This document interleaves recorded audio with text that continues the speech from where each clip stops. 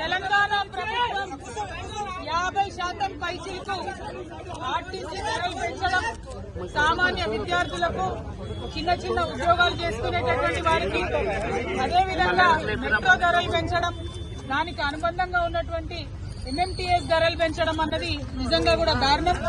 ఎందుకంటే ఆదాయ మార్గాలను పెంచుతామని చెప్పి, ఉద్యోగాలు ఇస్తామని చెప్పి, అనేక కళ్ళబొల్లి మాటలు చెప్పి అధికారంలోకి వచ్చి 18 నెలలైనా కూడా ఆ కార్యక్రమాలు ఏం చేయకుండా కేవలం ఇప్పుడు మళ్లీ సామాన్య ప్రజల మీద భారం వేస్తూ ధరలు పెంచడాన్ని మేము చాలా తీవ్రంగా ఖండిస్తా ఉన్నాం. ఇవాళ అందుకోసమే బస్ భవన్ దగ్గర ధర్నా చేయడం జరిగింది. ధర్నా చేసిన ప్రతిసారి మమ్మల్ని అరెస్ట్ చేయడం కాదు, ఈ ప్రభుత్వానికి, ముఖ్యమంత్రి గారికి మేము డిమాండ్ చేస్తా ఉన్నాం, మీరు ప్రజల ఆదాయ మార్గాల్ని పెంచండి, ఆర్టీసీని కాపాడేటటువంటి ప్రయత్నం చేయండి. ఇంతకుముందు కేసీఆర్ గారు ఆర్టీసీకి ఎట్లయితే ప్రభుత్వం నుంచి నిధులిచ్చి కాపాడిందో అట్లా చేయండి తప్పితే మీరు సామాన్య ప్రజల మీద భారం వేసి ఆర్టీసీకి ఆదాయాన్ని పెంచేటటువంటి కార్యక్రమాలు చేయడం శుద్ధ దండగా. దీనివల్ల ఆర్టీసీకి లాభం లేదు, ప్రజల మీద భారం పడుతుంది, ఇబ్బంది పడతారు.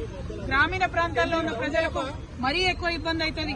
ఇప్పటికే మహిళలకు ఇబ్బంది అవుతుంది, బస్సులు ఎక్కే పరిస్థితి లేదు, మగవాళ్లు టికెట్ కొనుక్కున్నా కూడా నిలబడే పరిస్థితి లేదు, కూర్చునే పరిస్థితి లేదు, నిలబడే ప్రయాణం చేయాల్సినటువంటి పరిస్థితి ఉంది. అటువంటి సందర్భాల్లో మీరు రేట్లు పెంచి ఎవరికి లాభం? కొన్ని రేట్లు పెంచితే కనీసం బస్సులు పెంచుతున్నారా? ఒక సీట్ అన్నా ఉన్నదా కూర్చోవడానికని టికెట్లు కొనే ప్రయాణికులు ప్రభుత్వాన్ని ప్రశ్నిస్తున్నారు. అవేమి చేయకుండా కేవలం మీరు రేట్స్ పెంచడం చాలా దారుణం. ఈ వైఖరిని మేము ఖండిస్తున్నాం.